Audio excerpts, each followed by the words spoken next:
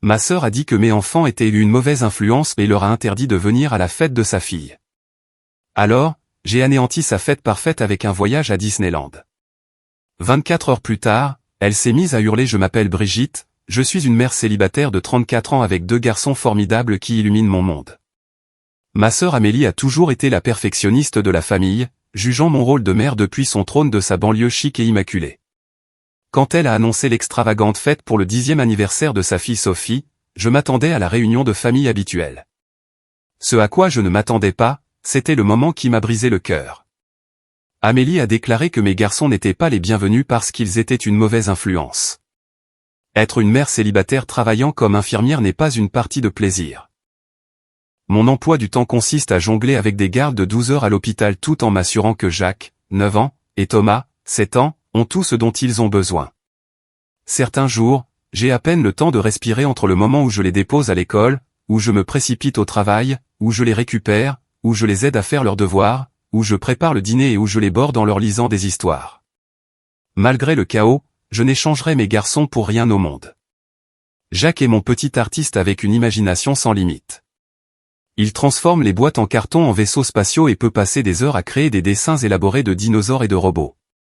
Thomas est ma boule d'énergie solaire qui excelle dans les sports et se fait des amis partout où il va.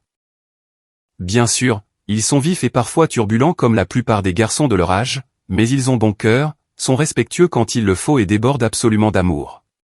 Mon style d'éducation a toujours été une question d'équilibre. Je crois aux règles et aux conséquences, mais je comprends aussi que les enfants ont besoin d'espace pour s'exprimer, faire des erreurs et apprendre de ses expériences.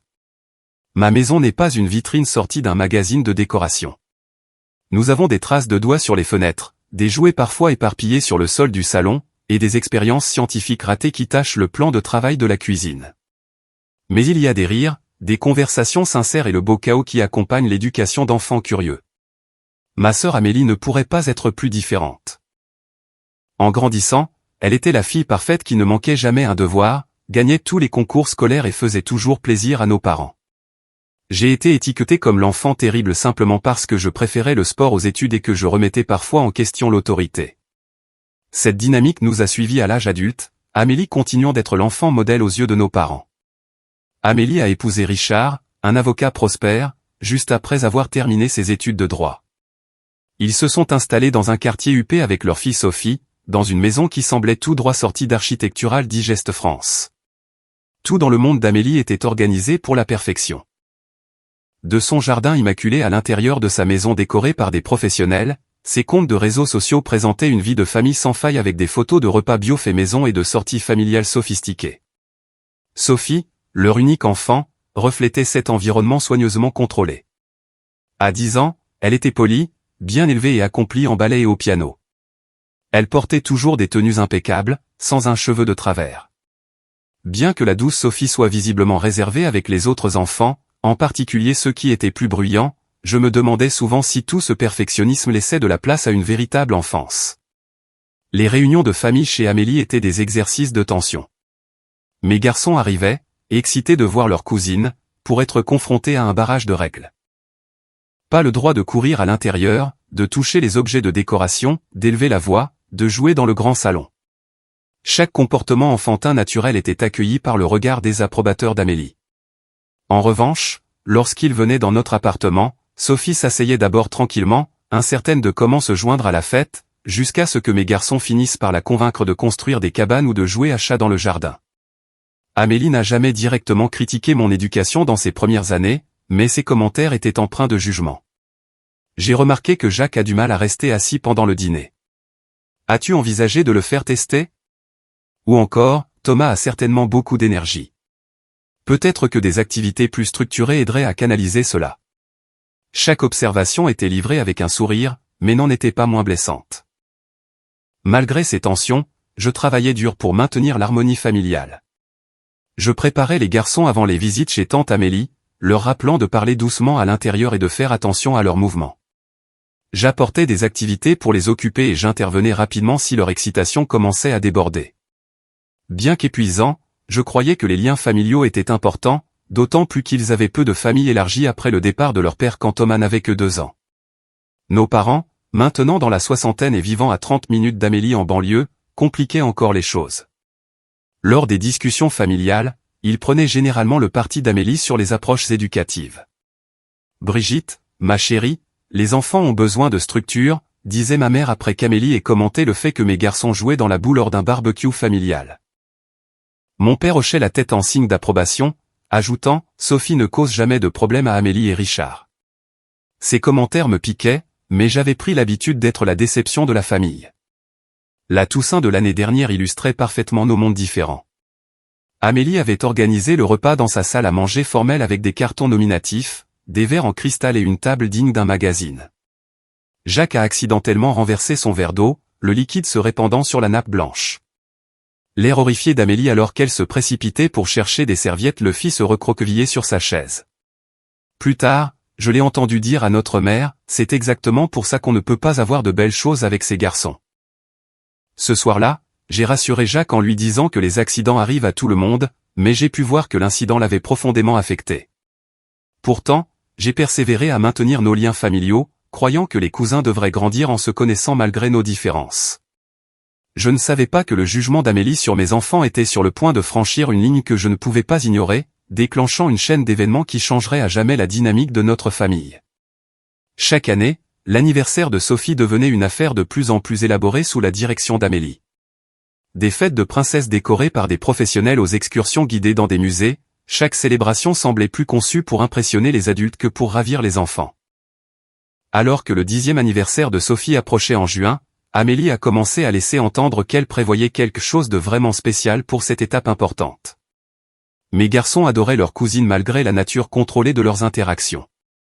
Quand ils ont entendu parler de son anniversaire à venir, ils ont immédiatement voulu créer quelque chose de spécial. Un samedi après-midi, notre table de cuisine a disparu sous une mer de papier de construction, de feutres et de paillettes alors que Jacques et Thomas confectionnaient des cartes faites maison pour Sophie. Jacques a dessiné une image élaborée de Sophie en super-héroïne, tandis que Thomas a créé une carte en forme de gâteau d'anniversaire avec 10 bougies. Leur excitation était contagieuse alors qu'ils discutaient des cadeaux qu'ils pourraient acheter avec leur argent de poche.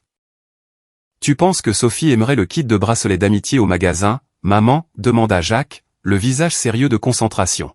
« Elle aime toujours ce que je fais à l'école. » Thomas hocha la tête avec enthousiasme. Et on pourrait lui acheter ce livre de licorne qu'elle regardait quand on est allé à la librairie. Leur prévenance envers leur cousine me réchauffait le cœur. Malgré la relation tendue avec ma sœur, les enfants avaient formé leur propre lien, aussi limité que soient leurs interactions. La semaine suivante, nos parents ont invité toute la famille pour le dîner du dimanche chez eux. Ces rassemblements mensuels étaient une tradition, bien qu'ils mettaient généralement en vedette Amélie dominant la conversation, tandis que j'essayais d'empêcher les garçons de trop gigoter pendant les longs repas. Ce dimanche-là ne semblait pas différent au début, avec maman servant son fameux bœuf bourguignon pendant que papa discutait de politique locale avec Richard. À mi-chemin du dîner, Amélie a teinté son verre d'eau avec une fourchette pour attirer l'attention de tout le monde. Comme vous le savez tous, le 10e anniversaire de Sophie approche dans 3 semaines, annonça-t-elle avec un large sourire. Nous avons décidé d'organiser une garden party sur le thème du jardin secret. Les associés du cabinet d'avocats de Richard et leur famille seront présents, ainsi que les amis de Sophie de l'école et du ballet. Ça a l'air charmant, ma chérie, répondit maman, comme on pouvait s'y attendre. Auras-tu besoin d'aide pour quoi que ce soit? En fait, j'ai engagé un organisateur d'événements, continua Amélie. Il y aura un quatuor à cordes, un conteur professionnel, un atelier de couronne de fleurs et un gâteau à 3 étages de cette pâtisserie présentée dans le National Culinary Magazine. Alors qu'Amélie détaillait des plans de plus en plus extravagants, j'ai remarqué que mes garçons écoutaient attentivement. Thomas se pencha et chuchota, « Maman, est-ce qu'on peut t'aider à décorer pour la fête de Sophie? Je pourrais très bien gonfler des ballons maintenant. » J'ai souri et lui ai répondu à voix basse, « On verra de quoi tante Amélie a besoin. » Ce qui s'est passé ensuite me serre encore l'estomac en y repensant. Alors qu'Amélie finissait de décrire les arrangements de la garden party, elle se tourna directement vers moi avec une expression qui mêlait pitié et condescendance. « Brigitte, je voulais te parler de quelque chose à propos de la fête, » dit-elle, sa voix soudainement plus basse. Richard et moi y avons mûrement réfléchi, et nous pensons qu'il serait préférable que Jacques et Thomas n'assistent pas à cette célébration particulière. Le silence tomba sur la table. Je fixai ma sœur, certaine d'avoir mal compris. « Qu'est-ce que tu veux dire ?» demandai-je, ma fourchette figée à mi-chemin de ma bouche. Amélie tamponna ses lèvres avec sa serviette avant de continuer. Les associés du cabinet de Richard sont des invités très importants, et leurs enfants sont, eh bien, assez bien élevés. La fête de Sophie doit être parfaite. Tes garçons sont tout simplement trop, elle fit une pause, cherchant ses mots, point énergique et imprévisible. Il serait une mauvaise influence sur l'atmosphère que nous essayons de créer. Mauvaise influence. Ces deux mots résonnèrent dans ma tête alors que je sentais le sang me monter au visage. Je jetai un coup d'œil à mes fils, espérant qu'ils n'avaient pas compris l'implication, mais l'expression abattue de Jacques me dit le contraire. Tu es sérieusement en train de désinviter mes enfants de la fête d'anniversaire de leur unique cousine, demandai-je, luttant pour garder ma voix égale. Amélie soupira comme si je faisais exprès d'être difficile. Ce n'est rien de personnel, Brigitte. Tes choix éducatifs te regardent, mais les garçons manquent simplement de la discipline nécessaire pour un événement aussi important. Peut-être que si tu mettais en place plus de structure à la maison, si tu travaillais sur leurs problèmes de comportement. Problèmes de comportement. Je l'interrompis, ma voix s'élevant malgré mes efforts pour rester calme. Ce sont des garçons normaux et actifs. À quel terrible comportement fais-tu allusion exactement? À Noël dernier, ils ont couru dans toute la maison, conta Amélie sur ses doigts manucurés. À Pâques, ils ont mis du chocolat sur mon canapé. Thomas a ri trop fort pendant les photos de famille le mois dernier. Jacques a posé des questions inappropriées sur la perruque du collègue de Richard. Je n'en croyais pas mes oreilles. Ces comportements enfantins mineurs étaient apparemment suffisants pour qualifier mes fils d'indignes d'assister à un événement familial. Je me tournai vers mes parents pour obtenir du soutien, mais n'en trouvai aucun. Mon père devint soudainement très intéressé par sa purée de pommes de terre tandis que ma mère arborait son expression d'évitement de conflit. « Maman, papa, pensez-vous que c'est raisonnable ?» demandai-je. Ma mère s'éclaircit la gorge. « Eh bien, ma chérie, c'est l'événement d'Amélie et Richard. Ils peuvent inviter qui ils veulent. » La trahison me piqua plus que l'exclusion d'Amélie. Je remarquai que mes deux garçons avaient cessé de manger. Leur excitation précédente était complètement éteinte. « On devrait y aller, dis-je en me levant. Les garçons, s'il vous plaît, prenez vos vestes. Brigitte, ne réagis pas de manière excessive, dit vivement Amélie. Tu es toujours si émotive. C'est exactement le genre de comportement que les garçons apprennent de toi. Je l'ignorais tout en aidant Thomas avec la fermeture éclair de sa veste. Jacques bougeait comme un robot, les yeux baissés. Alors que nous nous dirigions vers la porte, j'entendis la petite voix de Sophie demander à sa mère, « Pourquoi Jacques et Thomas ne peuvent-ils pas venir à ma fête ?» Je leur ai fait des invitations spéciales à l'école. Je ne suis pas resté pour entendre la réponse d'Amélie. Le trajet de retour fut douloureusement silencieux. Dans le rétroviseur, je pouvais voir Thomas essuyer des larmes tandis que Jacques regardait par la fenêtre. Finalement, Thomas rompit le silence. « Maman, pourquoi tante Amélie ne veut pas de nous à la fête de Sophie? On a fait quelque chose de mal ?» Sa question innocente me brisa le cœur. Je me suis garé sur un parking et me suis tourné pour faire face à mes enfants. Non, mon chéri. Toi et Jacques n'avez rien fait de mal. Tante Amélie a juste des idées différentes sur les fêtes que nous. Mais Sophie est notre cousine, dit Jacques, sa voix inhabituellement petite. La famille est censée être ensemble pour les anniversaires. C'est ce que tu dis toujours. Je sais, mon cœur. Parfois, les adultes prennent des décisions qui n'ont pas de sens. Est-ce parce que j'ai renversé du jus sur son tapis la dernière fois, demanda Thomas, sa lèvre inférieure tremblant. J'ai dit pardon. 3 fois. Non, Thomas, ce n'est pas ta faute ni celle de Jacques. Ce sont des histoires de grands dont vous ne devriez pas vous soucier. Mais je pouvais voir que le mal était déjà fait. Alors que nous continuions vers la maison, les garçons discutaient tranquillement des cartes d'anniversaire qu'ils avaient faites, Jacques suggérant qu'ils devraient peut-être les jeter. Cette nuit-là, après les avoir bordées, je me suis retrouvé assise sur le sol de ma cuisine, pleurant en silence avec un mélange de douleur et de rage. Mes enfants avaient été jugés indignes par leur propre famille, et j'avais échoué à les protéger de ce jugement. Quelque chose devait changer. Ce rejet n'était pas quelque chose que je pouvais arranger ou ignorer au nom de l'harmonie familiale. Pour la première fois, j'ai réalisé que maintenir la paix à tout prix enseignait à mes garçons la mauvaise leçon. Ils méritaient mieux, et d'une manière ou d'une autre, je devais le leur montrer. Le lendemain du dîner désastreux, j'ai demandé une faveur à ma collègue Diane pour échanger nos gardes afin que je puisse déposer les garçons à l'école et avoir un peu de temps pour réfléchir. Une fois qu'ils furent en sécurité dans leur salle de classe, je me suis rendu dans un café et j'ai appelé Amélie, espérant qu'une nuit de réflexion aurait pu changer sa perspective. « Brigitte, je suis en pleine préparation de dossier client, répondit-elle, sa voix sèche et professionnelle comme toujours. Ça ne prendra qu'une minute, l'assurai-je. Je voulais parler d'hier. Tu vois sûrement à quel point c'était blessant d'exclure Jacques et Thomas d'une fête de famille. Le soupir à l'autre bout du fil était lourd d'impatience. Je pensais avoir été clair. Ce n'est pas n'importe quelle fête. Les associés principaux de Richard seront là, des gens qui influencent directement sa carrière. Nous ne pouvons nous permettre aucun élément imprévisible. Élément imprévisible ? Ce sont des enfants, Amélie. Tes neveux, les seuls cousins que Sophie a, des enfants qui ont cassé la figurine en cristal que maman m'a donnée à la dernière Toussaint, qui interrompent constamment les conversations d'adultes, qui ne peuvent pas rester assis pendant les dîners de famille, rétorqua Amélie. J'ai essayé d'être patiente avec ton style d'éducation laxiste, mais certaines occasions exigent des enfants bien élevés. Ces mots me frappèrent comme des coups physiques. Des enfants bien élevés, par opposition à quoi, des enfants mal élevés. Mes garçons sont gentils, créatifs et aimants. Ils se comportent comme des enfants normaux de leur âge. Peut-être normal dans ton cercle social, répondit Amélie, sa voix dégoulinant de condescendance. Mais Richard et moi avons des normes différentes. Même maman et papa sont d'accord que les garçons ont besoin de plus de discipline. Cela m'a laissé sans voix. Tu en as discuté avec maman et papa avant hier ? Bien sûr, ils comprennent parfaitement notre position.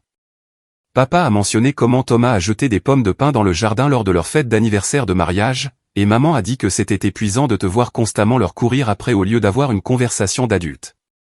La révélation que mes parents avaient discuté de mon éducation dans mon dos a provoqué une vague de trahison. Tous ces dîners du dimanche où ils avaient souri et serré les garçons dans leurs bras, tout en les jugeant indignes. Quelqu'un d'autre a-t-il été inclus dans ces discussions sur mes enfants prétendument incontrôlables, demandai-je, la voix tendue. Amélie hésita juste assez longtemps pour que je connaisse la réponse avant de parler. La cousine Jeannette a mentionné que les garçons étaient assez turbulents à la fête de remise de diplôme de son fils. Tante Patricia a dit des choses similaires à propos de la réunion de famille. C'est une observation générale, Brigitte. Pas une attaque personnelle. Pas une attaque personnelle.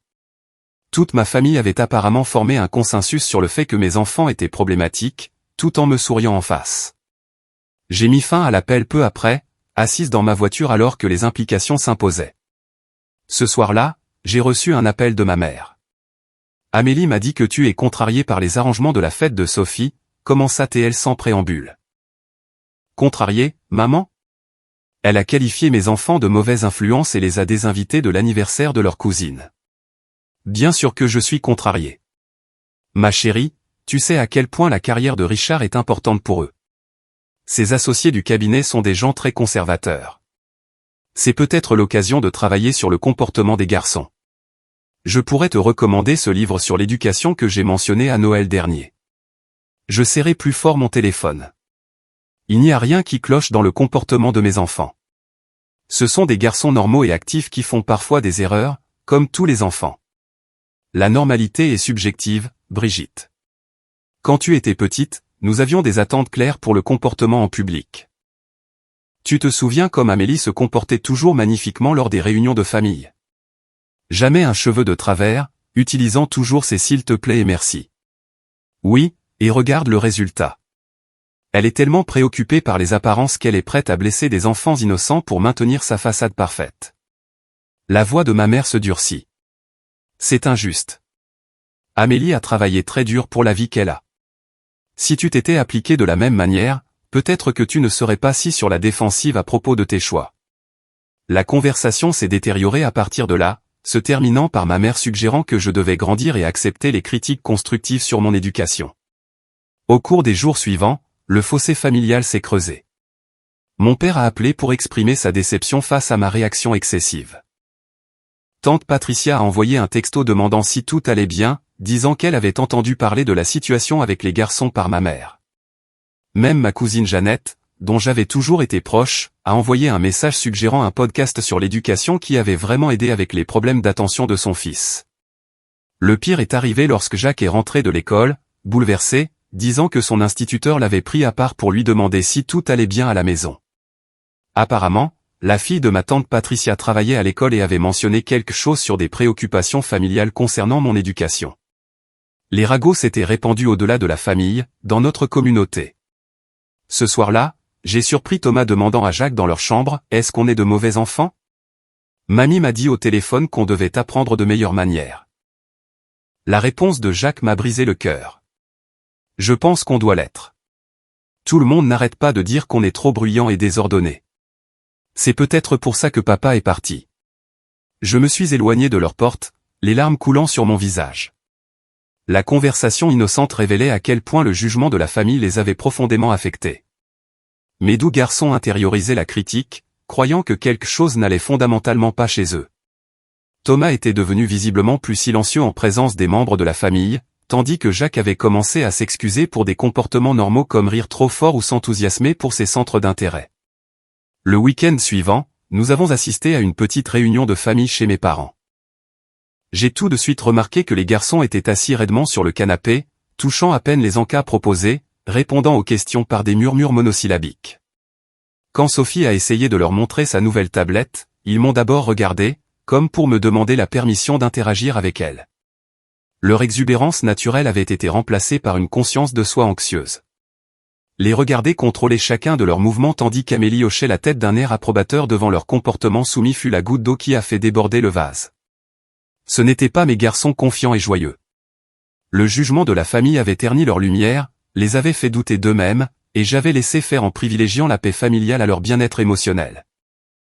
Cette nuit-là, j'ai appelé ma meilleure amie Élise, l'une des rares personnes qui comprenait vraiment notre situation en tant que mère célibataire elle aussi.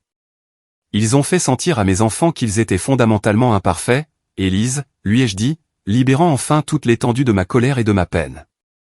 Jacques m'a même demandé hier s'il y avait quelque chose qui n'allait pas chez eux. C'est absolument inacceptable, répondit fermement Élise. Tu sais que tes garçons sont incroyables. Il s'agit des insécurités d'Amélie, pas de ton éducation. J'ai tellement essayé de maintenir les relations familiales, de ne pas faire de vagues. Mais à quel prix ? Brigitte, écoute-moi. Ce schéma se répète depuis toute ta vie, d'après ce que tu m'as raconté. Amélie fixe la norme, tes parents la font respecter, et on attend de toi que tu rentres dans le rang. Mais tu es une femme adulte maintenant, et une sacrée bonne mère. Tes enfants méritent de te voir les défendre. Ces mots ont cristallisé quelque chose que je ressentais depuis ce dîner du dimanche. J'avais passé des années à m'accommoder du jugement de ma famille, à trouver des excuses à leur comportement, à essayer de gagner une approbation qui n'arrivait jamais. Pendant ce temps, mes enfants regardaient et apprenaient que leur valeur était conditionnelle. Tu as raison, dis-je, une nouvelle détermination se formant en moi. Il est temps que je montre à mes garçons ce que signifie s'estimer, même quand les autres ne le font pas. Fini de s'excuser pour ce que nous sommes. En raccrochant, une idée a commencé à prendre forme. Si Amélie voulait nous exclure de sa fête parfaite, très bien. Mais je montrerai à mes garçons que le rejet des autres ne déterminait pas leur valeur. Je leur offrirai une célébration qui honorerait exactement ce qu'ils étaient, désordonnés, énergiques et absolument parfaits à mes yeux. L'idée m'est venue en faisant défiler une publicité pour Disneyland Paris sur mon téléphone. Jacques avait mentionné vouloir y aller depuis des années, et Thomas avait une peluche Mickey avec laquelle il dormait chaque nuit. Et si, au lieu de rester à la maison à nous sentir exclus le jour de la somptueuse garden party de Sophie, nous vivions l'aventure de notre vie ? J'ai ouvert le site web de Disneyland Paris et vérifié les dates. Le week-end de la fête de Sophie tombait en fait parfaitement, pendant une période promotionnelle avec des prix de billets légèrement réduits. Pourtant, le coût était important pour notre foyer monoparental. 3 jours à Disneyland Paris, incluant l'hôtel, les billets pour les parcs, la nourriture et les souvenirs, consommeraient la plupart de mes modestes économies. J'ai hésité brièvement, pensant aux utilisations pratiques de cet argent. Les garçons avaient besoin de nouveaux vêtements pour l'école à la rentrée. L'appartement aurait besoin d'un coup de peinture fraîche. Ma voiture faisait un bruit inquiétant qu'il faudrait finir par réparer. Mais en me souvenant de la douleur dans leurs yeux, de la façon dont ils avaient commencé à se faire tout petits pour répondre aux normes impossibles de ma famille, j'ai pris ma décision. c'était un investissement dans leur estime de soi, pour leur montrer qu'ils méritaient la joie et la célébration exactement tels qu'ils étaient. J'ai réservé le forfait avant de pouvoir douter de moi-même, programmant notre départ pour le vendredi matin, avant la fête de Sophie prévue le samedi après-midi. L'aspect financier étant réglé, j'ai fait face au défi logistique d'obtenir des congés. En tant qu'infirmière travaillant régulièrement en semaine, demander des jours de week-end de congé nécessitait généralement des semaines de préavis. J'ai abordé ma superviseure Marie le lendemain, expliquant la situation sans révéler tout le drame familial. Ma sœur a exclu mes enfants de la fête d'anniversaire de leur cousine parce qu'elle pense qu'ils sont trop turbulents, ai-je admis. Je veux les emmener quelque part de spécial ce week-end pour leur montrer qu'ils comptent. Marie, mère de 4 enfants elle-même, a immédiatement compris. Les histoires de famille peuvent être les plus difficiles, dit-elle avec sympathie. Laisse-moi voir ce que je peux faire. Grâce à un petit miracle de planification et à la générosité de mes collègues, nous avons réussi à organiser une couverture pour mes gardes du vendredi et du lundi. Diane, qui essayait de faire des heures supplémentaires de toute façon, a volontiers pris mes gardes en échange de ma couverture des siennes la semaine suivante. Avec les congés obtenus et les réservations faites, je devais décider quand l'annoncer aux garçons. Je voulais maximiser leur excitation, mais je craignais qu'ils n'en parlent accidentellement à des membres de la famille avant notre départ. Une semaine avant notre voyage semblait être le compromis parfait. J'ai passé cette semaine à préparer secrètement, commandant des t-shirts Disney spéciaux pour chaque jour, achetant des encas de voyage et faisant des recherches sur les meilleures attractions pour leur âge. J'ai créé un dossier avec des plans imprimés, des réservations et un itinéraire souple qui équilibrait la structure avec beaucoup de place pour le plaisir spontané. Pendant ce temps, Amélie continuait de planifier la fête de Sophie, inconsciente de mon contre-plan. Elle a appelé 2 fois cette semaine-là. Une fois pour m'informer qu'elle avait dit à Sophie que nous ne pourrions pas assister à sa fête, et une fois pour me demander si je pouvais aller chercher des fournitures de fête spéciales dans un magasin près de mon appartement. J'ai accepté de faire la course, maintenant le prétexte que tout était normal tout en comptant secrètement les jours jusqu'à notre évasion. 5 jours avant notre voyage, ma mère a appelé pour me culpabiliser davantage. Sophie a encore demandé pourquoi ses cousins ne seraient pas à sa fête, a-t-elle rapporté. Amélie lui a dit que vous aviez d'autres engagements ce jour-là. J'espère que tu ne programmes pas délibérément quelque chose juste pour être difficile, Brigitte. Les garçons et moi avons des projets, ai-je répondu vaguement. Des projets importants qui ne peuvent pas être changés. Plus importants que la famille? Qu'est-ce qui pourrait bien être si important que tu manquerais l'anniversaire de ta seule nièce? J'ai ravalé ma première réponse colérique. Maman, Amélie a été très claire sur le fait que mes enfants ne sont pas les bienvenus à cet événement. Elle ne peut pas s'attendre à ce que je les dépose quelque part pendant que j'y assiste seule. Eh bien, Jeannette a dit qu'elle serait heureuse de les garder quelques heures pour que tu puisses au moins faire une apparition. La cruauté désinvolte de cette suggestion que je devrais laisser mes enfants exclus avec une babysitter pour assister à l'événement même dont ils avaient été jugés indignes m'a laissé momentanément sans voix. Ce ne sera pas nécessaire, ai-je finalement réussi à dire. Nous avons déjà des projets. La veille du jour où je prévoyais d'annoncer notre voyage aux garçons, j'ai trouvé Jacques assis tranquillement dans sa chambre, travaillant sur quelque chose à son bureau au lieu de jouer aux jeux vidéo pendant son temps d'écran habituel. Tu travailles sur quoi, mon grand? Ai-je demandé. Il a rapidement couvert le papier avec son bras. Rien. Doucement, j'ai déplacé son bras pour révéler une carte d'anniversaire pour Sophie, soigneusement dessinée. Encore plus élaborée que sa première tentative, celle-ci représentait Sophie entourée de papillons et de fleurs, avec le joyeux 10e anniversaire à la meilleure cousine écrit de sa plus belle écriture. Je pensais que tu n'étais pas invité à la fête, dis-je doucement. Jacques haussa les épaules, ne me regardant pas dans les yeux. Je ne le suis pas, mais elle est toujours ma cousine.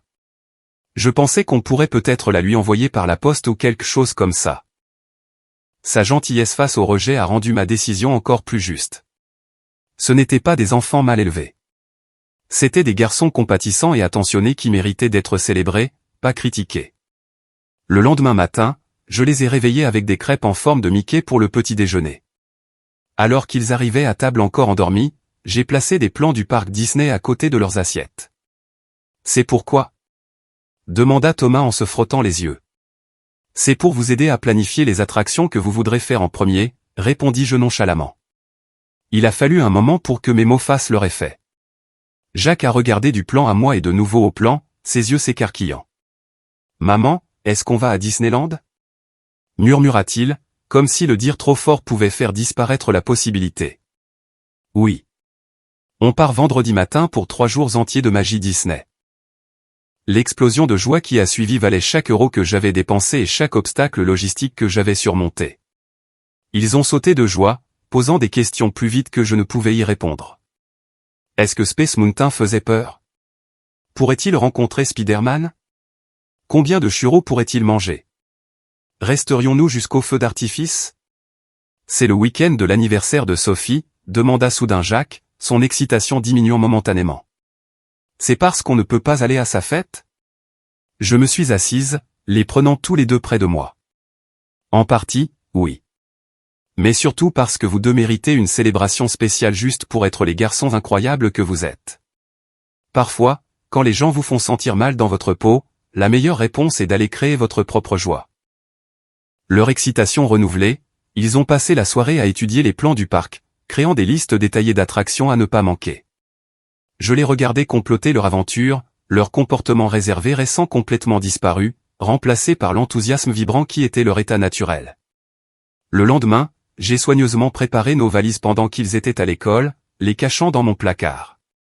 Ce soir-là, Amélie a de nouveau appelé au sujet des préparatifs de la fête. J'aurais besoin que tu viennes au samedi pour aider à mettre en place les arrangements floraux, a-t-elle déclaré, sans prendre la peine de saluer. Le fleuriste livre à 9 heures, mais il faudra les assembler. Je ne peux pas aider à l'installation, Amélie. Comme je l'ai dit à maman, nous avons des projets ce week-end.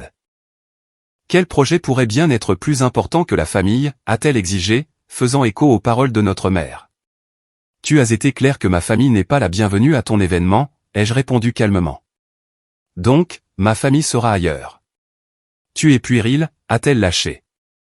C'est exactement le genre de comportement mesquin que les garçons apprennent en te regardant. Au revoir, Amélie. J'espère que Sophie passera un merveilleux anniversaire.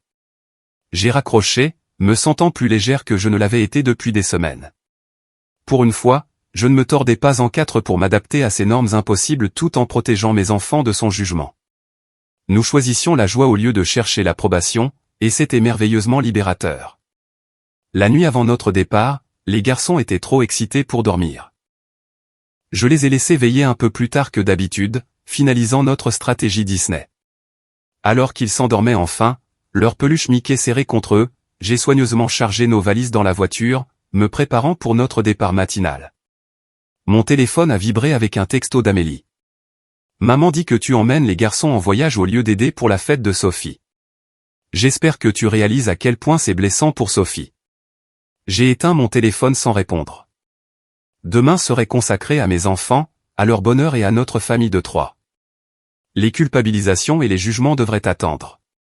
Nous avons quitté notre appartement avant l'aube, les garçons encore en pyjama alors que je les attachais sur la banquette arrière. Ils ont somnolé pendant la première heure de route, le ciel s'éclaircissant progressivement du noir au violet, puis alors doux du petit matin. Quand ils se sont complètement réveillés, la voiture s'est remplie de bavardages excités et de chansons Disney de la playlist que j'avais créée spécialement pour notre voyage. Maman, c'est encore long, demanda Thomas pour peut-être la 20e fois, rebondissant sur son siège alors que les montagnes laissaient place à la banlieue entourant Marne-la-Vallée. Plus que 20 minutes maintenant, répondis-je, incapable de retenir mon sourire. Leur excitation était contagieuse, balayant le stress et la douleur des semaines récentes. Regarde, je vois le haut du château de la Belle au bois dormant, cria soudain Jacques en montrant par la fenêtre. En effet, le pic distinctif était visible au loin, provoquant des exclamations des deux garçons. Se garer et naviguer dans le système de navette a pris un certain temps, mais rien ne pouvait entamer leur bonne humeur. Lorsque nous sommes enfin arrivés sur Main Street, USA, l'émerveillement sur leur visage valait tous les sacrifices. Thomas m'a serré la main tandis que Jacques se tenait immobile, essayant d'absorber chaque détail de la scène magique qui s'offrait à lui. C'est encore mieux que ce que j'imaginais, murmura-t-il. Notre première journée s'est déroulée dans un tourbillon de joie.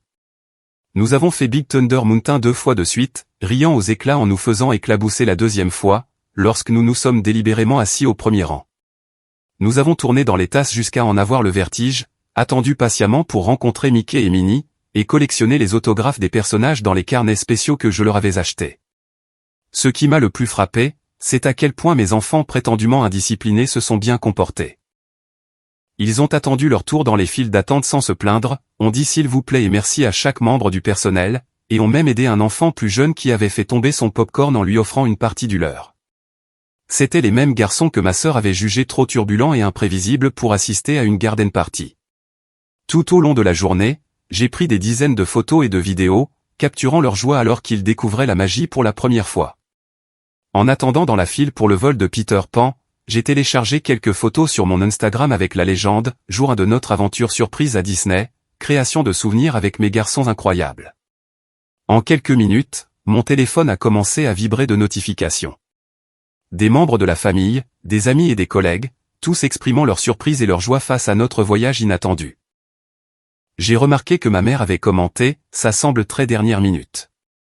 J'espère que tout va bien ». Sa pique subtile sur ma spontanéité et mon irresponsabilité financière implicite m'aurait peut-être dérangé auparavant, mais entourée du bonheur de mes enfants, elle a à peine eu d'effet. Nous avons terminé notre première journée par un dîner dans un restaurant où les princesses visitaient chaque table. Thomas, malgré ses affirmations antérieures selon lesquelles les princesses n'étaient que pour les filles, était complètement ébloui lorsque Blanche-Neige lui a demandé quelle était sa partie préférée du parc. Jacques a engagé une discussion sérieuse avec Cendrillon sur la façon dont ses pantoufles de verre restaient intactes alors que du verre ordinaire se briserait sous la pression de la marche, faisant rire la princesse de sa curiosité scientifique. De retour à notre hôtel, épuisés mais exaltés, les garçons se sont endormis presque instantanément. J'ai vérifié mon téléphone et j'ai trouvé 3 appels manqués d'Amélie et un de ma mère. Il y avait aussi un texto de Sophie envoyé depuis le téléphone d'Amélie, « Où êtes-vous ? Mes cousins me manquent. » Celui-là m'a serré le cœur, sachant que Sophie était une partie innocente dans tout cela. J'ai décidé de répondre au message de Sophie avec une photo de Mickey et la promesse de lui rapporter quelque chose de spécial, mais j'ai ignoré les autres appels. Ce soir, il n'était pas question de drame familial. Il s'agissait de savourer la pure joie que nous avions vécue. Le deuxième jour de notre aventure s'est levé, clair et lumineux. Les garçons se sont réveillés avec une énergie renouvelée, prêts à conquérir le parc Walt Disney Studios. Nous avons fait la tour de la terreur, bravé le crush escosté et rencontré des super-héros qui ont laissé Jacques sans voix d'admiration. Chaque moment magique effaçait un peu plus la douleur qui leur avait été infligée. Vers 14 heures, juste au moment où la garden party de Sophie devait commencer, j'ai rassemblé les garçons pour une photo spéciale devant le château de la Belle au bois dormant. Ils portaient leur t-shirt Disney assorti, le visage rayonnant de bonheur, des oreilles de Mickey perchées sur leur tête. Souriez, mes grands. Celle-ci est spéciale, leur ai-je dit en ajustant le cadre pour capturer la photo parfaite.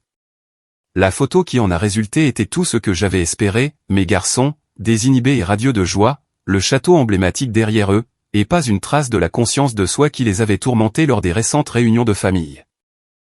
Je l'ai posté immédiatement avec la légende, création de souvenirs magiques avec les 2 meilleurs garçons qu'une mère puisse demander. Aucun endroit où je préférerais être aujourd'hui que de célébrer la vie avec ces enfants incroyables. Bénie aventure Disney journée parfaite. Le timing était délibéré et je le savais.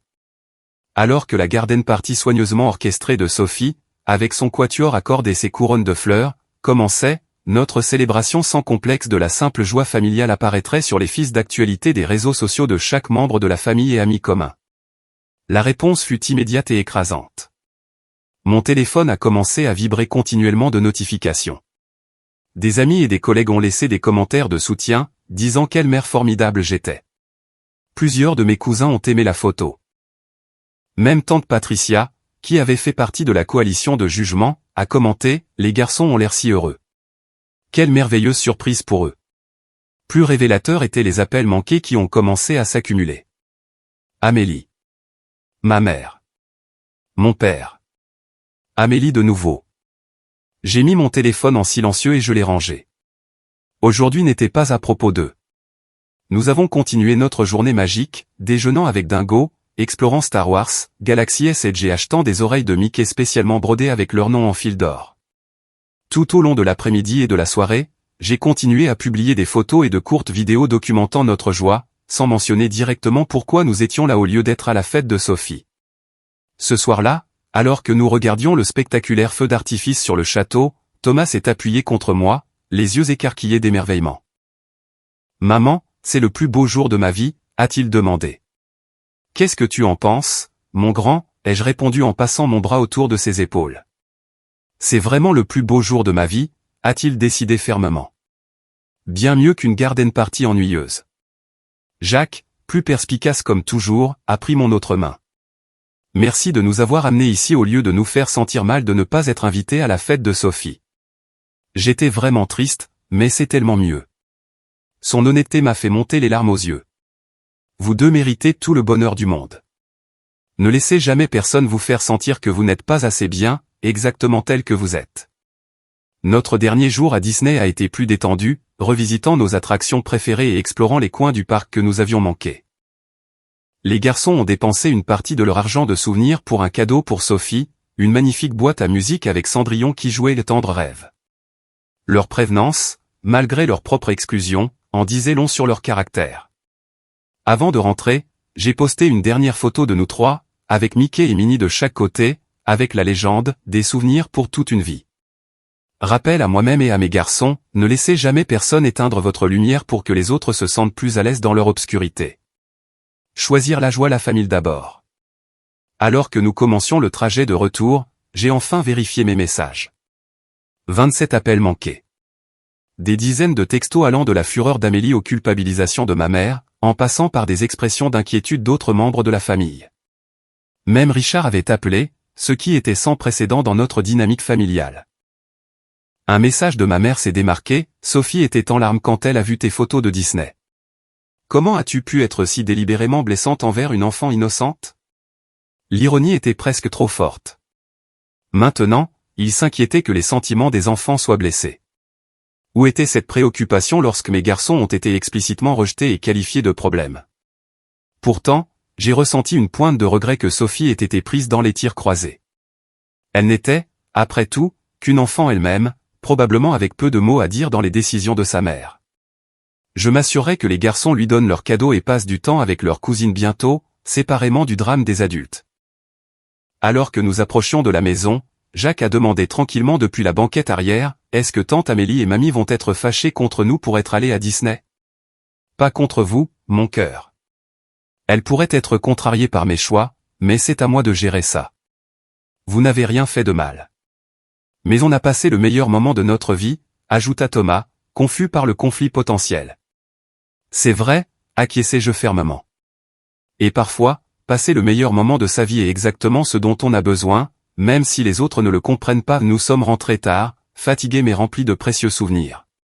En bordant les garçons, entourés de leur nouveau trésor Disney, je me suis senti plus forte que je ne l'avais été depuis des années.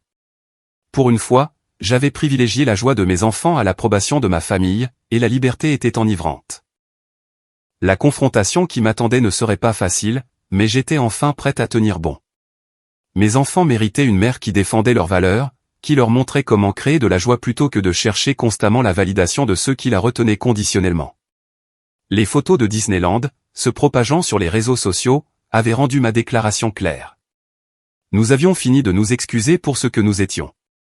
Le lendemain de notre retour de Disneyland, la réalité est revenue en force. Mon téléphone affichait 42 appels manqués et plus de 60 messages non lus. En les parcourant, j'ai découvert un schéma croissant de réactions familiales, confusion, inquiétude, colère, et finalement indignation.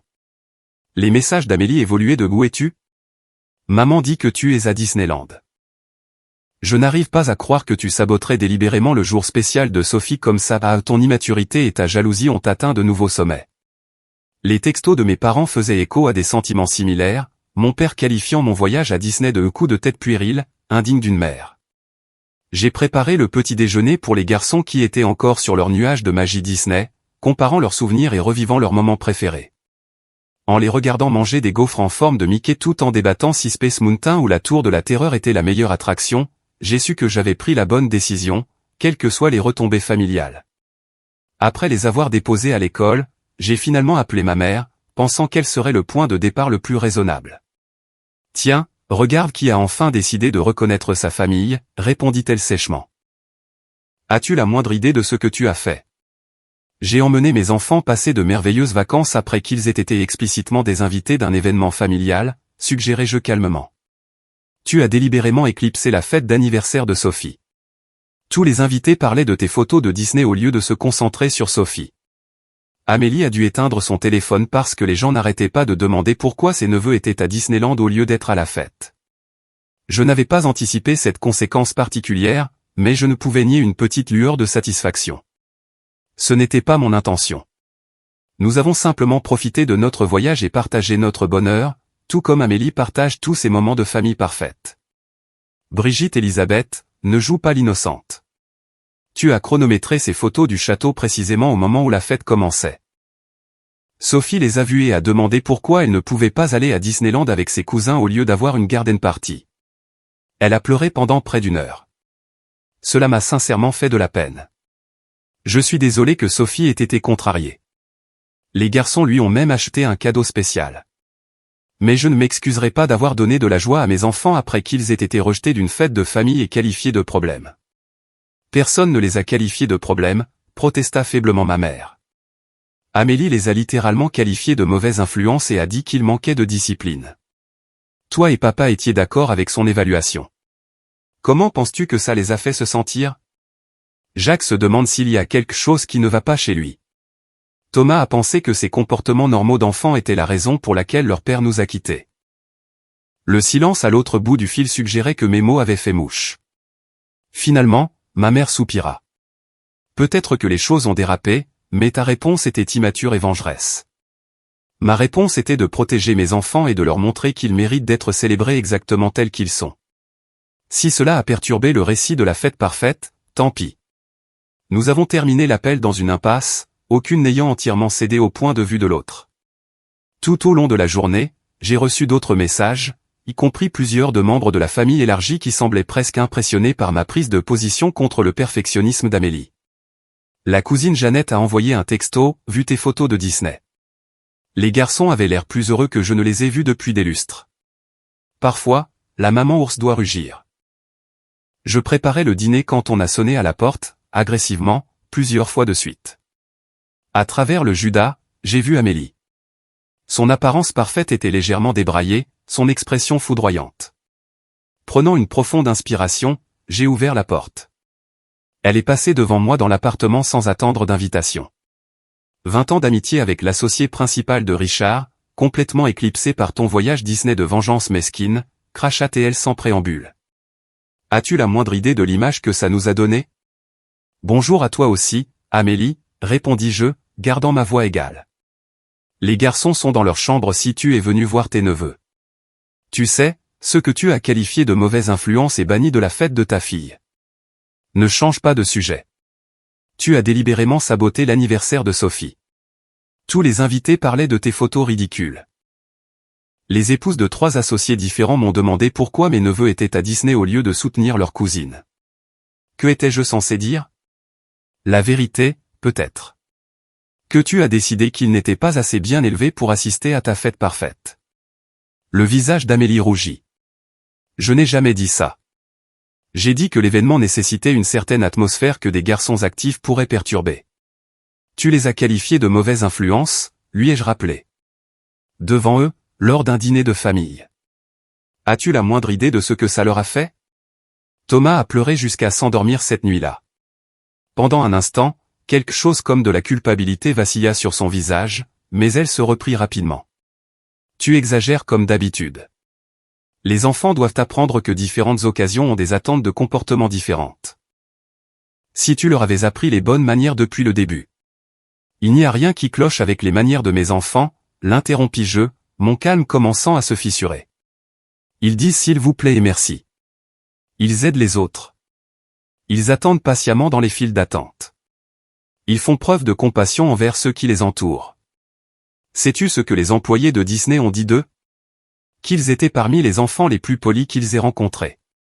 Les mêmes enfants que tu as jugés indignes d'assister à une garden party. Il ne s'agit pas de savoir s'ils disent s'il vous plaît et merci, la voix d'Amélie s'éleva brusquement. Il s'agit de ta tentative délibérée d'éclipser le jour spécial de Sophie par dépit.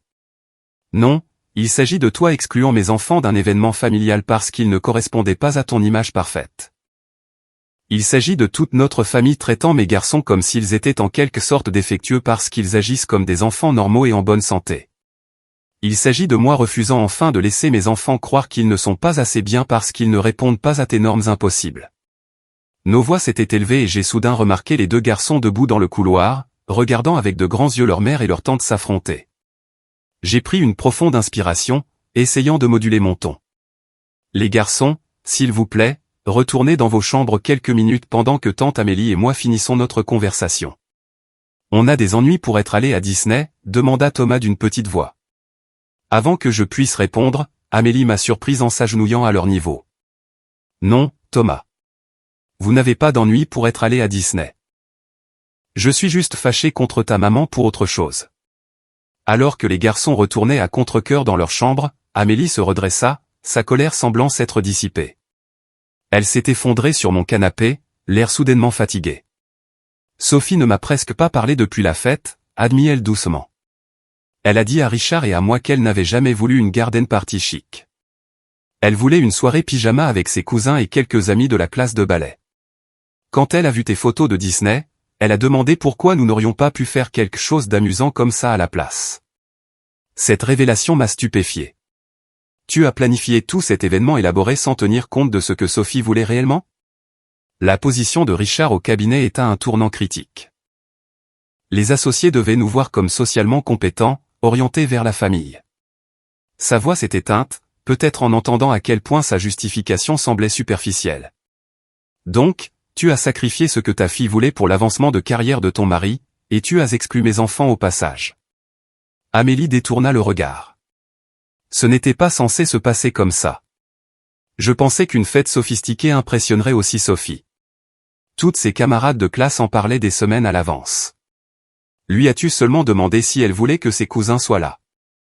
Le silence d'Amélie était une réponse suffisante. Elle me l'a demandé, insistai-je. La nuit où tu les as désinvités au dîner, Sophie a spécifiquement demandé pourquoi Jacques et Thomas ne pouvaient pas venir. Je l'ai entendu. Elle leur avait fait des invitations à l'école, admit Amélie doucement. Elle les avait cachés dans son bureau. Je les ai trouvés en vérifiant ses devoirs. Elle a pleuré quand je lui ai expliqué qu'il ne viendrait pas, la prise de conscience m'a frappé. Ce n'était jamais à propos des garçons étant une mauvaise influence. Tu avais honte d'eux. Tu avais peur qu'ils n'impressionnent pas les collègues de Richard avec leurs conversations polies et leurs manières parfaites. Les enfants dans ce genre de réception sont censés être vus et non entendus, dit Amélie sur la défensive. Tes garçons sont merveilleux, mais ils sont exubérants et imprévisibles. Je ne pouvais pas risquer la carrière de Richard. Donc, tu as sacrifié les sentiments de tes neveux et les souhaits de ta fille pour l'ascension sociale, résumai-je sans embâche. Et maintenant, tu es en colère parce que mes plans alternatifs ont rendu ta fête parfaite moins attrayante en comparaison. Amélie se leva brusquement. Tu n'as aucune idée de la pression que nous subissons. Les normes que nous devons maintenir. Tout est une compétition dans notre cercle. Ça a l'air épuisant, dis-je sincèrement. Mais ça n'excuse pas de blesser des enfants innocents. Avant qu'elle ne puisse répondre, mon téléphone a sonné. C'était mon père, son nom clignotant sur l'écran. J'ai répondu, mettant le haut-parleur. Brigitte, est-ce que ta sœur est là? Elle a quitté notre maison dans un état après avoir vu d'autres de tes photos de Disney. Oui, elle est là. Nous discutons de la situation. Le soupir de mon père était audible. Tout cela est allé trop loin. Ta mère et moi avons beaucoup discuté et nous te devons des excuses. Ces mots nous ont réduites au silence, Amélie et moi. Nous aurions dû nous exprimer quand Amélie a suggéré d'exclure les garçons de la fête. Nous savions que c'était mal, mais nous ne voulions pas créer de conflit. C'était une erreur. Je me suis assise, non préparée à ce retournement de situation. Merci de dire ça, papa. Les garçons sont de bons enfants, Brigitte. Énergiques, oui, mais avec un bon cœur. Nous aurions dû les défendre, toi et eux. Au lieu de ça, nous avons permis une situation blessante. Amélie fixait le téléphone, traitant visiblement la prise de position inattendue de notre père. Après qu'il ait raccroché avec la promesse de reparler bientôt, elle a pris son sac à main, ses mouvements raides et contrôlés. Je devrais y aller. Richard attend dans la voiture. À la porte, elle s'arrêta. Les garçons ont acheté quelque chose pour Sophie. Une boîte à bijoux musicale de Cendrillon. Ils ont dépensé leur argent de souvenir pour ça. quelque chose s'est adouci dans son expression. Peut-être qu'il pourrait venir ce week-end pour le lui donner. Elle a demandé après eux. C'était une petite branche d'olivier, mais je l'ai reconnue pour ce qu'elle était. Ça leur plairait. Et Amélie, la prochaine fois, demande simplement à Sophie ce qu'elle veut vraiment pour son anniversaire. Après son départ, j'ai appelé les garçons pour qu'ils sortent de leur chambre. Ils sont sortis prudemment, ayant clairement entendu des bribes de notre échange houleux. « Est-ce que tout va bien, maman ?» demanda Jacques. Tante Amélie avait l'air vraiment fâchée. Je les ai serrés tous les deux dans mes bras. Tout va bien se passer. Parfois, les adultes ont des désaccords, mais on les résout. L'important, c'est que je suis incroyablement fier de vous deux, et rien ne changera jamais ça. Même quand on est bruyant ou désordonné, demanda Thomas. Surtout à ce moment-là, l'assurai-je. Parce que ça fait partie d'être un enfant merveilleux, curieux et énergique. Et je ne vous changerai ni l'un ni l'autre pour toutes les garden parties parfaites du monde. Alors qu'ils retournaient dans leur chambre, réconfortés par mes paroles et la promesse de livrer personnellement le cadeau de Sophie, j'ai réfléchi à la confrontation. Elle avait été douloureuse et brute, mais peut-être nécessaire. Pour la première fois, j'avais refusé d'accepter le jugement de ma famille sur mon éducation ou mes enfants. Et de manière inattendue, cette position avait commencé à modifier les dynamiques de pouvoir qui avaient contrôlé notre famille pendant des décennies. Les 2 semaines qui ont suivi notre confrontation se sont passées dans un silence étrange et tendu. Pas d'appel de mes parents, pas de texto de groupe d'Amélie sur les réunions de famille. C'était comme si la famille traitait collectivement le changement dramatique de nos dynamiques habituelles. Une partie de moi s'inquiétait des dommages permanents aux relations, tandis qu'une autre partie ressentait un soulagement face à la pause du jugement constant. Le silence fut rompu par un texto inattendu. Pas d'Amélie ni de mes parents, mais de Sophie, 10 ans, utilisant le téléphone de sa mère. « Salut tante Brigitte. Est-ce que Jacques et Thomas peuvent venir jouer au parc samedi ? Il me manque. » Sa simple demande a fait fondre une partie de la tension persistante dans mon cœur. Quels que soient les problèmes entre les adultes, les enfants méritaient de maintenir leur relation. J'ai organisé une rencontre en terrain neutre, au parc de la Villette, à mi-chemin entre nos maisons. Le samedi est arrivé avec un temps parfait pour une sortie au terrain de jeu. Les garçons étaient nerveux mais excités, serrant la boîte à bijoux soigneusement emballée alors que nous approchions du parc. Amélie et Sophie étaient déjà là, assises raidement sur un banc. Mais quand Sophie a aperçu ses cousins, elle s'est détachée de sa mère et a couru vers eux avec un abandon inhabituel. « Vous êtes allés à Disneyland » s'exclama-t-elle, sa réserve habituelle complètement disparue. « C'était génial ? Vous avez rencontré Elsa ? Vous avez fait toutes les attractions qui font peur ? » Et c'est ainsi que les cousins ont retrouvé leur rythme naturel, Sophie posant des questions sans fin sur Disney tandis que les garçons partageaient leurs aventures. Je me suis approché prudemment d'Amélie, m'asseyant à côté d'elle sur le banc. « Merci d'avoir organisé ça », dis-je simplement. Elle hocha la tête, ses yeux suivant les enfants alors qu'ils se dirigeaient vers les balançoires. Sophie n'a parlé que de voir ses cousins toute la semaine. Elle m'a fait promettre que nous resterions au moins 2 heures. Nous sommes restés assises dans un silence gêné pendant plusieurs minutes, regardant les enfants jouer. Finalement, Amélie a parlé, sa voix plus douce que d'habitude. Sophie nous a dit, à Richard et à moi, qu'elle a l'impression de ne pas pouvoir être elle-même à la maison, que nous attendons d'elle qu'elle soit parfaite tout le temps. Elle déglutit difficilement. Elle a dit qu'elle aimerait être plus comme Jacques et Thomas parce qu'ils ont l'air heureux. L'aveu lui a clairement coûté beaucoup de fierté. J'ai résisté à l'envie de souligner combien de fois j'avais essayé de lui dire exactement cela. Les enfants sont perspicaces, ai-je offert à la place. Ils intériorisent nos attentes, exprimées ou non. J'ai toujours pensé que je faisais ce qu'il y avait de mieux pour elle, continua Amélie, lui donnant des avantages que je n'ai pas eus, lui apprenant à réussir dans un monde compétitif. Il n'y a rien de mal à vouloir que son enfant réussisse, reconnus-je. Mais la réussite a différentes formes pour différentes personnes. Peut-être que pour Sophie, la réussite inclut d'avoir la liberté d'être une enfant parfois. Amélie a regardé Sophie rire aux éclats à quelque chose que Thomas a dit, sa coiffure soignée se défaisant alors qu'elle courait sur le terrain de jeu. Je ne me souviens pas de la dernière fois où je l'ai entendu rire comme ça. Les enfants ont joué pendant près de 3 heures, réticents à mettre fin à leur retrouvailles. Quand ils sont finalement retournés à notre banc, rouges et heureux, les garçons ont offert à Sophie son cadeau de Disney. Sa joie était sincère alors qu'elle remontait la boîte à musique, regardant Cendrillon tournoyer sur la mélodie familière. Maman, est-ce que Jacques et Thomas peuvent venir à la maison le week-end prochain? Demanda Sophie à Amélie. On pourra construire cette cabane dans le jardin que tu ne me laisses jamais faire. Amélie n'hésita que brièvement avant d'acquiescer. Je pense que ce serait bien, tant que ta tante est d'accord. C'était un petit pas, mais un pas significatif. La semaine suivante apporta un autre développement inattendu. Mon père appela, demandant si lui et ma mère pouvaient venir dîner. Ne sachant pas à quoi m'attendre, j'ai accepté prudemment. Ils sont arrivés avec la glace préférée des garçons et de nouvelles fournitures d'art, des offrandes de paix claire qui ont été reçues avec enthousiasme. Après que les garçons se soient retirés dans leur chambre avec leurs trésors, mes parents et moi nous sommes assis à la table de la cuisine pour une conversation attendue depuis longtemps. Nous avons beaucoup réfléchi, commença mon père maladroitement, aux dynamiques familiales, à la façon dont nous t'avons traité, toi et les garçons, au fil des ans. Ma mère a tendu la main sur la table pour prendre la mienne. Nous avons réalisé que nous t'avons toujours tenu aux normes d'Amélie, ce qui n'a jamais été juste pour toi ou tes enfants. Vous êtes des personnes différentes avec des forces différentes. Nous avons permis une situation où les préférences et les jugements d'Amélie sont devenus la norme familiale, continua mon père. C'était une erreur et ça vous a blessé, toi et les garçons. Leur reconnaissance a fait monter des larmes inattendues à mes yeux. Pendant des années, j'avais aspiré à cette reconnaissance, à cette validation que ma différente approche de la vie et de l'éducation n'était pas fausse, juste différente. Les garçons sont des enfants merveilleux, ajouta ma mère. Énergiques et vifs, oui, mais aussi gentils et attentionnés. Nous aurions dû les défendre quand Amélie les a exclus de la fête. Nous sommes désolés.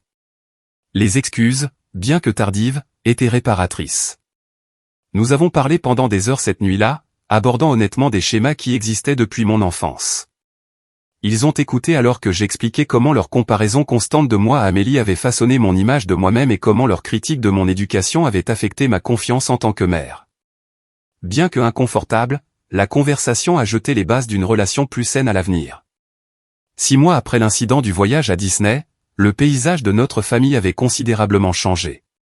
Les garçons rendaient maintenant régulièrement visite à Sophie, parfois chez elle, où Amélie avait progressivement assoupli certaines de ses règles les plus strictes.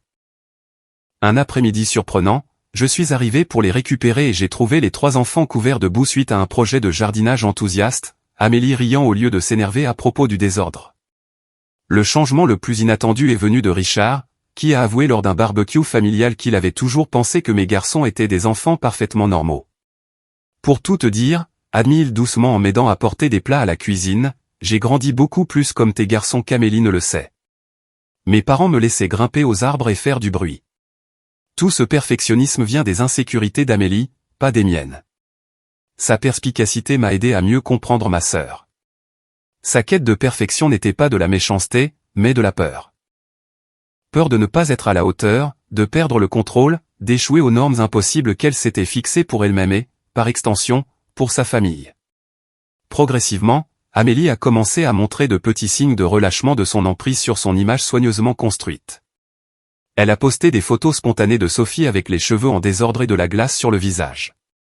Elle a admis lors d'un déjeuner entre sœurs qu'elle avait commencé à voir un thérapeute pour traiter son anxiété liée à la perfection. Elle m'a même demandé, un peu hésitante, des conseils lorsque Sophie a exprimé son intérêt pour le football, une activité dont Amélie ne savait rien. Le changement le plus révélateur fut chez Sophie elle-même. Après avoir passé plus de temps avec ses cousins dans un environnement où elle pouvait être elle-même, elle s'est épanouie. L'enfant réservé est toujours parfaite à développer un côté espiègle, découvert un amour pour la construction de choses, et a commencé à défendre plus souvent ses propres préférences. Amélie a rapporté avec un mélange de fierté et de stupéfaction que l'instituteur de Sophie avait commenté sa confiance en soi et ses compétences de leadership accrues. Quant à mes garçons, ils se sont remis du rejet plus rapidement que je ne l'avais prévu. Portés par notre aventure à Disney et les changements ultérieurs dans la dynamique familiale, ils sont restés eux-mêmes, authentiques, énergiques, parfois désordonnés, toujours curieux, mais maintenant sans l'ombre du jugement familial planant sur eux.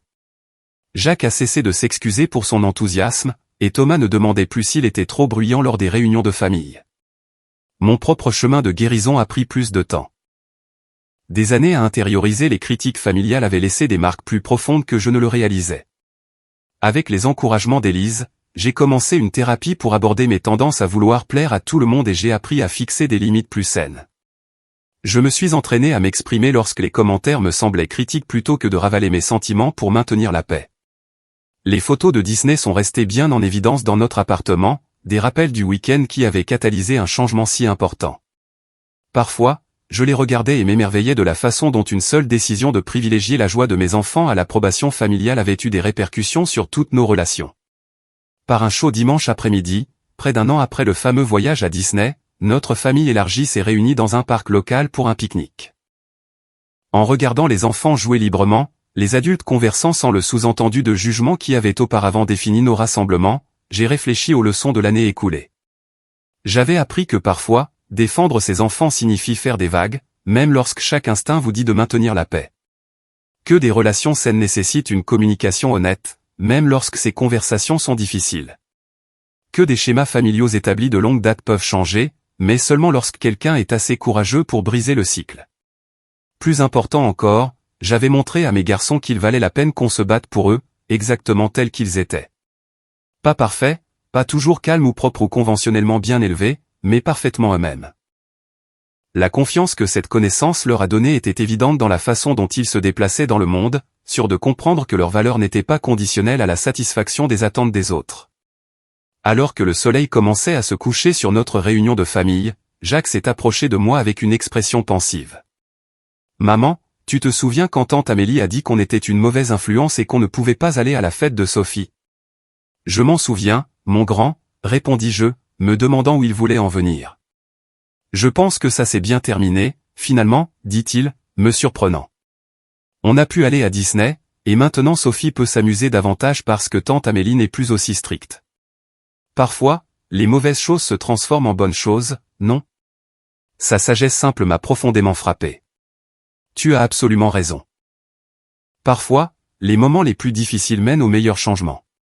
Il est reparti en courant pour rejoindre le jeu, me laissant avec un profond sentiment de gratitude pour le chemin que nous avions parcouru. La douleur du rejet avait finalement conduit à la guérison, non seulement pour mes enfants, mais pour tout notre système familial. En refusant d'accepter le récit selon lequel mes enfants étaient en quelque sorte moins dignes, j'avais aidé à créer un espace pour que nous soyons tous plus authentiquement nous-mêmes. La magie n'avait jamais été à Disneyland même, bien que ces souvenirs seraient chéris pour toujours. La vraie magie était de montrer à mes garçons qu'il valait la peine qu'on les défende, qu'on les célèbre, qu'on choisisse la joie plutôt que l'approbation. Cette leçon leur servirait longtemps après que l'éclat de Disney se soit estompé, les guidant vers des vies authentiques bâties sur l'estime de soi plutôt que sur la validation externe.